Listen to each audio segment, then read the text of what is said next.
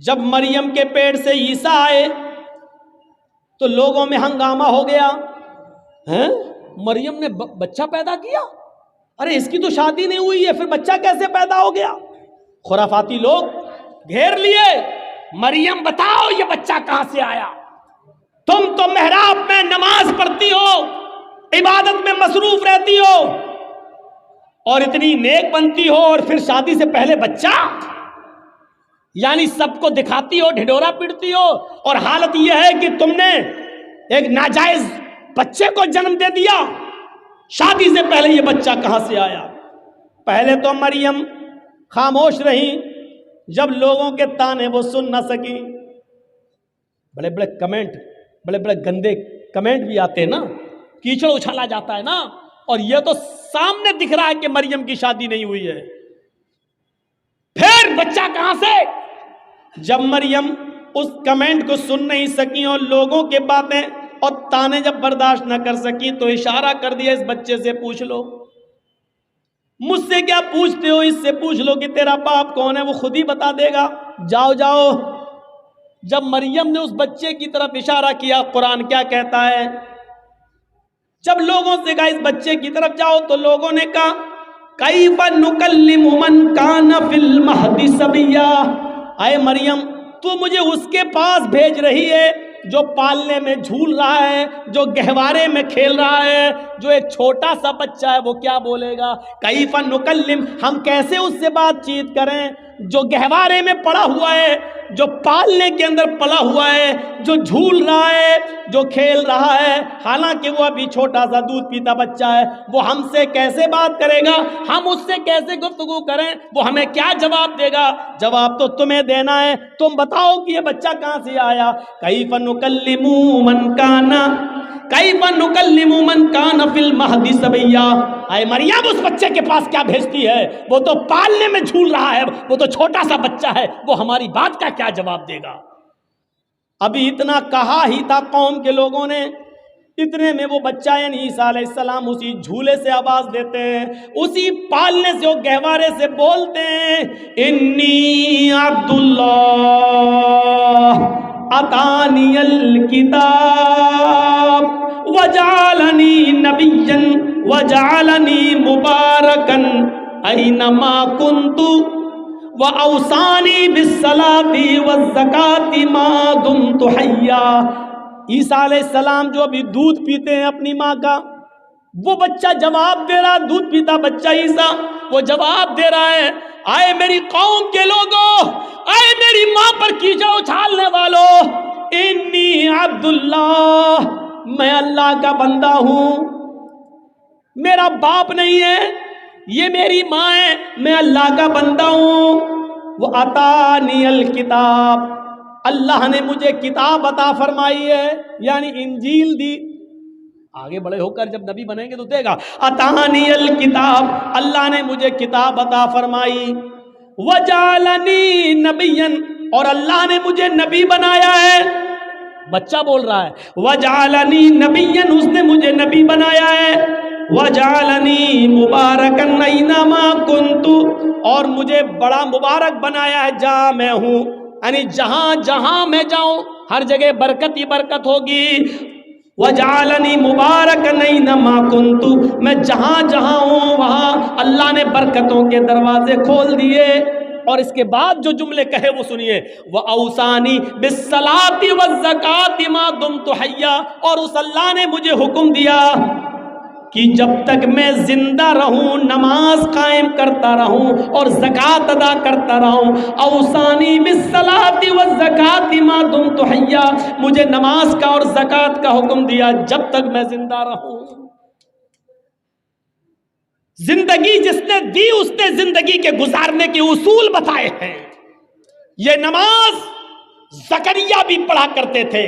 یہ نماز مریم بھی پڑھا کرتی تھی، یہ نماز موسیٰ بھی پڑھا کرتے تھے، یہ نماز ابراہیم بھی پڑھا کرتے تھے، یہ نماز عیسیٰ علیہ السلام بھی پڑھا کرتے تھے، اور جتنے بھی نبی اس دنیا میں آئے ہر نبی کے اوپر یہ نماز فرض تھی۔ اسی لیے شریمد بھاگوت گیتا کا 6واں ادھیائے اٹھاؤ، اور اس کا 10واں منتر پڑھو، یوگی اجیت ستتماتمانم رہاسیستی تھا ایکاکی یچتاتما نراشیر پرگرہ۔ جب تم ایشور کی پوجا کرنے کے لیے کھڑے ہو، ہے ارجن، کرشن جی کہہ رہے ہیں، ہے ارجن، جب تم ایشور کی اللہ کی عبادت پوجا کرنے کے لیے کھڑے ہو تو پورے شریر کی ایکسرسائز، پورے شریر کا یوگ ہو جائے، کھڑے بھی ہو جاؤ، جھک بھی جاؤ، سجدہ بھی کر لو، ایک آکی ایک اللہ کے سامنے کھڑے ہو جانا، ستتماتمانم بالکل سیدھے، یچتاتما اور اپنی آتما کو، اپنے دل کو ایک اللہ کی طرف ہی لگانا، ادھر ادھر مت دیکھنا، ہردیا نما، سینے پر ہاتھ رکھ لینا اور سر کو نیچے جھکا لینا، نما سر جھکا لینا یعنی سجدے کی جگہ پر۔ یہ کیا ہے؟ اور پورے شریر کی ایکسرسائز، ایکاکی، جو کچھ بھی مانگنا ایک اللہ سے مانگنا، نراشیر اور سب سے نراش ہو جانا، اوپر والے سے نراش مت ہونا۔ یہ پوری کی پوری نماز۔ پنچم سمیا کرتویہ، اور ایسا 5 وقت کرنا۔ مرگ چرم، ہرن کی کھال بچھا لینا، اگر پاک زمین پوتر دھرتی نہ ملے، پوتر دھرتی نہ ملے یعنی زمین پاک نہ ہو تو مرگ مانی ہرن اور چرم مانی چمڑا، ہرن کا چمڑا یعنی ہرن کی کھال بچھا کر اس پر نماز پڑھ لینا، یعنی حلال جانوروں کا چمڑا ہندو دھرم کے اندر بھی حلال ہے، اس پر بھی نماز پڑھی جا سکتی ہے، اور یہ چیز ہندو دھرم کی کتاب اور شریمد بھاگوت گیتا کہہ رہی ہے، جو ہر ہندو کے گھر میں ملے گی، گیتا کہہ رہی ہے۔ نماز پڑھنے کا ثبوت ہندو دھرم کی کتابوں میں بھی ہے۔ زندگی گزارنے دینے والے نے زندگی گزارنے کے اصول بتائے ہیں، کتاب میں آج موجود ہیں، اور سب سے بڑا عقیدہ کہ یہ زندگی کو گزارنے کے بعد پھر ایک دن ہمیں اور آپ کو مرنا بھی ہے، اس لیے موت کو بھی کامیاب بنانا، مرنے کے بعد کا تصور ہمارے اور آپ کے دل میں رہے گا تبھی ہم یہ کام کریں گے۔ اگر یہ ہوگا مر جائیں گے، مٹی میں مل جائیں گے، بعد میں کچھ نہیں ہونا، تو کوئی آدمی نماز نہیں پڑھے گا، کوئی آدمی اچھے کام نہیں کرے گا۔ کیوں کرنے لگا؟ جب مر کر مٹی میں ملنا ہے تو ہم اچھے کام کیوں کریں گے؟ دنیا میں کتنا اختلاف ہے، کتنا نزاع ہے، کتنا جھگڑا ہے، اس اختلاف کو ختم کرنے کی ایک ہی اصول ہے، اس اختلاف کو ختم کرنے کا، کہ لوگوں کو قیمتی چیز سے جوڑ دیا جائے اور کسی خطرناک چیز سے باخبر کر دیا جائے۔ سنیے، بڑی اچھی ایک مثال دے دیتا ہوں آپ کو۔ کچھ لوگ لڑ رہے ہیں، گتھم گتھا ہو رہی ہے، یہاں لڑائی ہو رہی ہے، وہ اس کو مار رہا ہے، اس کو مار رہا ہے، پیسہ دے، یہ دے، لڑائی جھگڑا ہو رہا ہے۔ جرجیت صاحب پہنچ گئے۔ جرجیت صاحب کے پاس 100 کنچے ہیں۔ کنچے جانتے ہیں نا؟ گولی، آپ لوگوں کے یہاں جو بھی بولتے ہو، کنچے ہیں، 100 گولیاں ہیں۔ جرجیت صاحب نے کہا کہ سنو، یہ میرے پاس 100 گولیاں ہیں،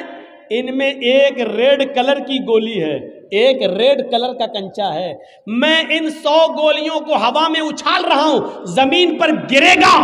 لیکن ریڈ کلر کی گولی پر 1,00,000 روپے کا انعام ہے، جس کو ریڈ کلر کی گولی مل جائے گی وہ ہم سے 1,00,000 روپے لے جائے۔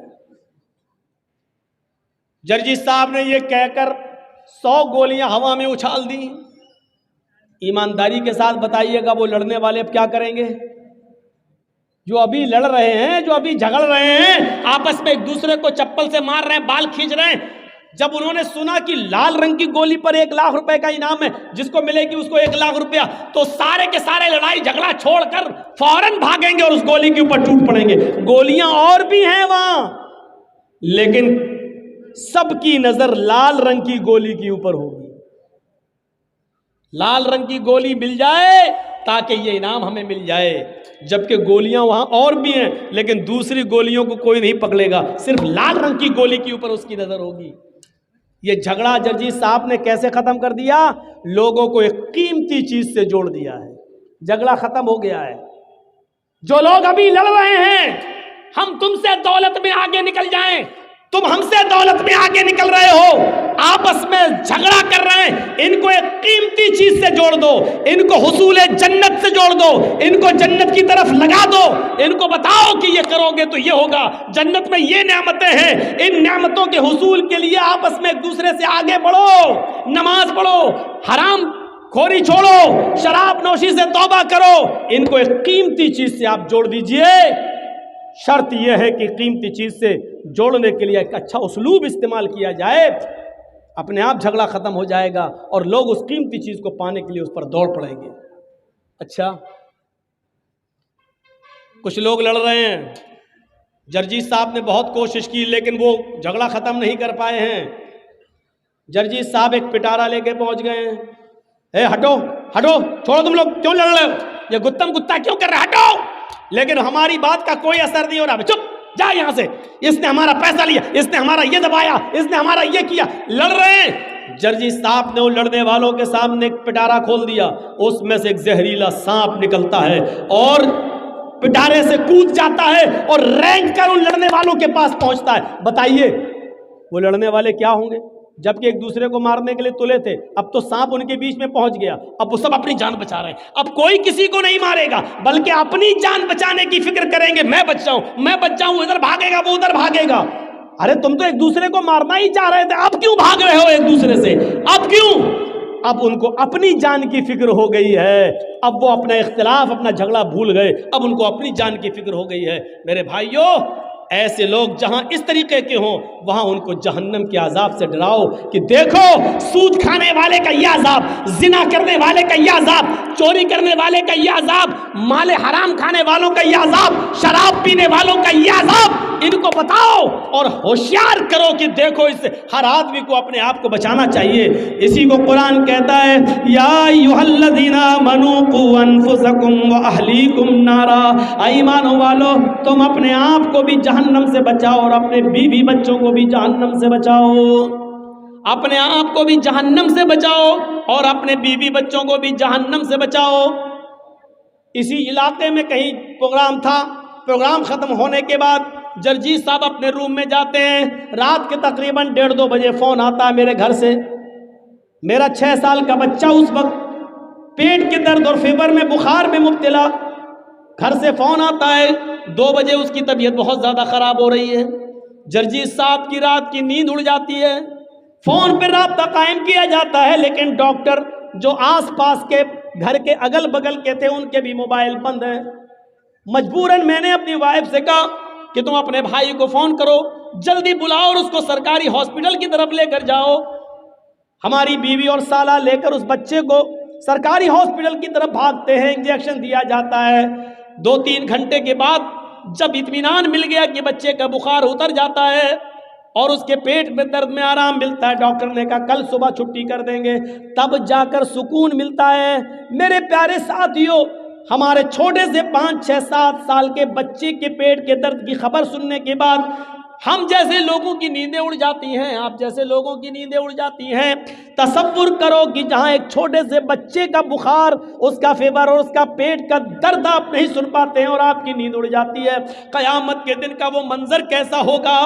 کہ جس دن اپنے بیٹے کو اپنی آنکھوں کے سامنے دیکھا جائے گا لیکن ہم اس سے بھاگ رہے ہوں گے، اپنی بیوی کو اپنے سامنے دیکھیں گے لیکن بھاگ رہے ہوں گے، آج ان کے کوئی کام نہیں آ سکتے ہیں۔ اسی کو قرآن کہتا ہے، یوم یفر المرء من اخیہ وامہ وابیہ وصاحبتہ وبنیہ،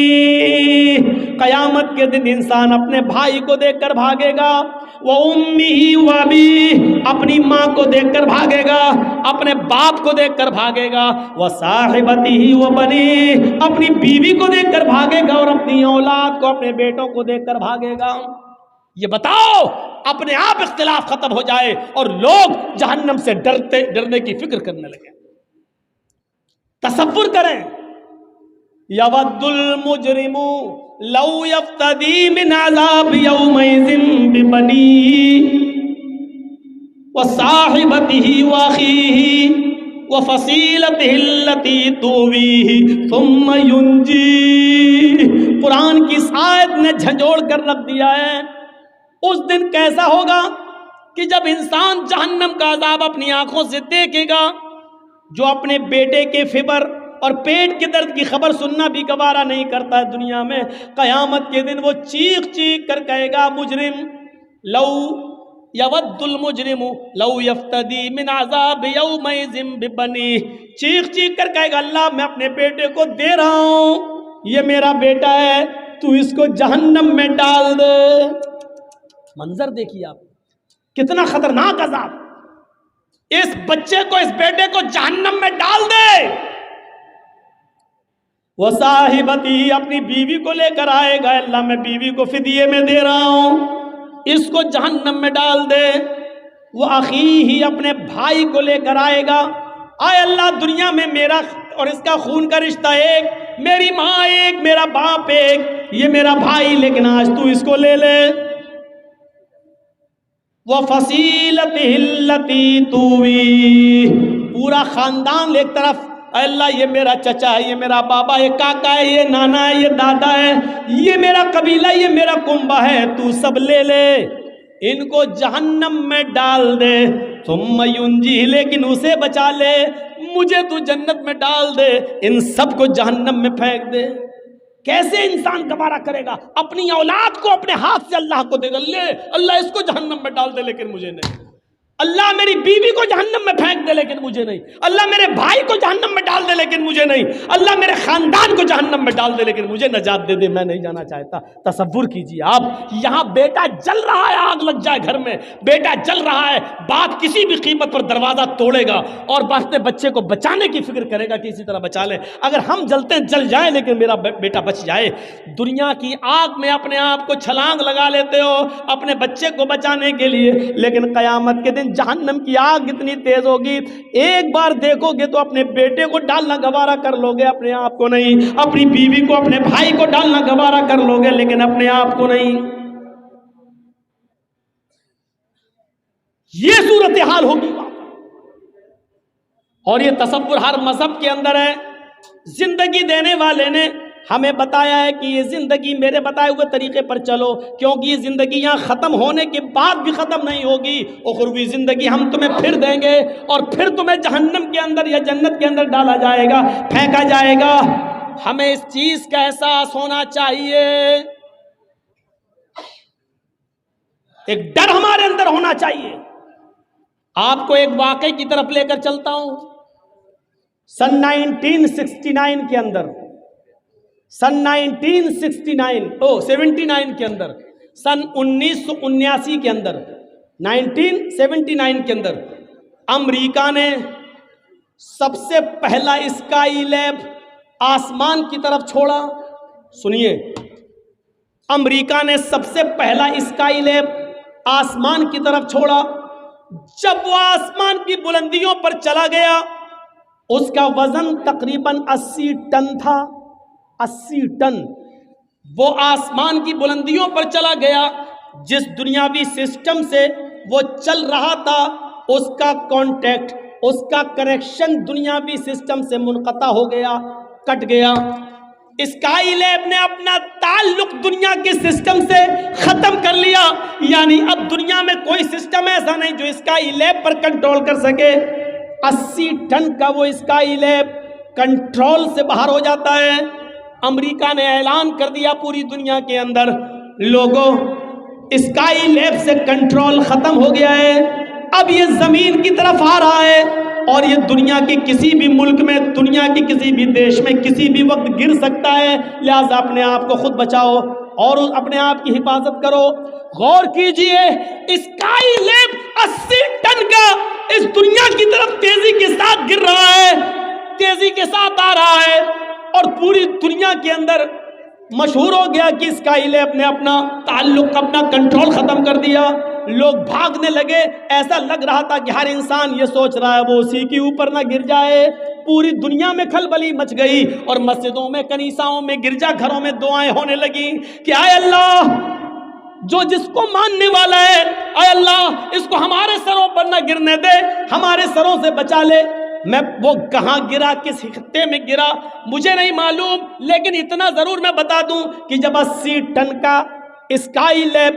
کنٹرول چھوڑ دیتا ہے تو اس کا ڈر پوری دنیا کے ہر انسان کے اندر محسوس ہوتا ہے، اور انسان یہ سوچنے لگتا ہے کہ کہیں یہ میرے سر پر ہی نہ گر جائے، میرے اوپر ہی نہ گر جائے۔ ایک چھوٹے سے اسکائی لیب جس کا وزن 80 ٹن ہے، آپ اس سے اتنا ڈر رہے ہیں کہ میرے اوپر نہ گر جائے۔ یہ دنیا نے دیکھا، اپنی آنکھوں سے دیکھا۔ جہنم کا تو ایک سانپ اتنا خطرناک ہے کہ اگر اللہ تعالیٰ اس کو دنیا میں چھوڑ دے تو وہ ایک پھنکار مار دے ایسے، جہنم کا ایک سانپ اگر دنیا میں بھیج دیا جائے اور ایک بار وہ ایسے کر دے بس، تو اس کے منہ سے نکلنے والی ایک پھنکار کی وجہ سے، ایک پھنکار سے پوری دنیا میں جتنی بھی کچی زمین ہے، کھیتی ہے اور جہاں اناج پیدا ہوتا ہے، اس کے ایک پھنکار سے پھر پوری دنیا کے اندر کبھی غلہ پیدا نہ ہو، کبھی اناج پیدا نہ ہو، اس کی ایک پھنکار سے ساری کی ساری زمین جل کر راکھ ہو جائے اور پھر اناج پیدا کرنے کے لائق نہ رہے۔ مسند احمد کی روایت ہے، اللہ کے نبی نے فرمایا جہنم میں اگر کسی کو ایک لمحے کے لیے ڈال دیا جائے، ایک لمحہ کتنا ہوتا ہے؟ آنکھ بند کرو اور کھولو، اس کا 10واں حصہ، اب کتنا کم ہوگا آپ اندازہ لگا لیجئے۔ ایک لمحہ، دیکھیے میں آنکھ بند کر کے کھول رہا ہوں، پتہ نہیں کیا ہے، سنیے ایک لمحہ ایسے، بس آنکھ بند کر رہا ہوں، کھول دیا، یہ کیا ہوا؟ ایک لمحہ۔ اس کا بھی 10واں حصہ آپ کریے تو کتنی دیر ہوگی؟ اتنی دیر کے لیے آنکھ بند کی اور کھول دی، یہ تو بہت زیادہ ہو گیا۔ اس کا بھی 10واں حصہ، 10 حصے کرنے کے بعد ایک حصہ، اتنی دیر کے لیے کسی کو جہنم میں ڈال کر نکال دیا جائے، اور اللہ کے نبی فرماتے اس آدمی کو اگر مدینے میں لا کر کھڑا کر دیا جائے تو اتنی دیر کے لیے جہنم میں جل کر آنے والا آدمی باہر کی طرف جب سانس لے گا، ایسے باہر کی طرف جب سانس لے گا تو اس کی سانس کی گرمی سے پورا مدینہ جل کر راکھ ہو جائے۔ اس سے آج کون ڈر رہا ہے؟ ایک اسکائی لیب کی فکر تو اتنی زیادہ ہے۔ ہم دوڑ رہے ہیں بس دنیا کی طرف، ملے یہ دنیا، دوڑ رہے ہیں ہم، پیسہ پیسہ ہائے پیسہ، جس طریقے سے بھی آئے پیسہ۔ اس دنیا نے ہمیں میرے بھائیوں کتا جیسا انسان کتا بنا دیا ہے۔ ایک بیل پڑا ہوا ہے مرا ہوا، گاؤں میں آپ کے ایک بیل مر گیا، مرے ہوئے بیل کا گوشت کھانے کے لیے کتا آ گیا، کتا اس بیل کو نوچ رہا ہے، کھا رہا ہے، اس مرے ہوئے بیل کی بدبو دوسرا کتا سونگتا ہے، وہ بھی آ جاتا ہے۔ مرے ہوئے بیل کو کھانے کے لیے جب یہ کتا آتا ہے تو پہلا کتا بھونک بھونک کر، آنکھیں دکھا دکھا کر دوسرے کتے کو بھگا رہا ہے، یہاں تک کہ اس کو بھگا دیتا ہے۔ یہ کتا کتنا گوشت کھا لے گا؟ 2 کلو، 3 کلو، 4 کلو، زیادہ سے زیادہ 5 کلو، لیکن یہاں تو 3 کنٹل ہے۔ لیکن کتے کی صفت یہ کہ برباد ہوتا ہو جائے لیکن ہم دوسرے کو نہیں کھانے دیں گے۔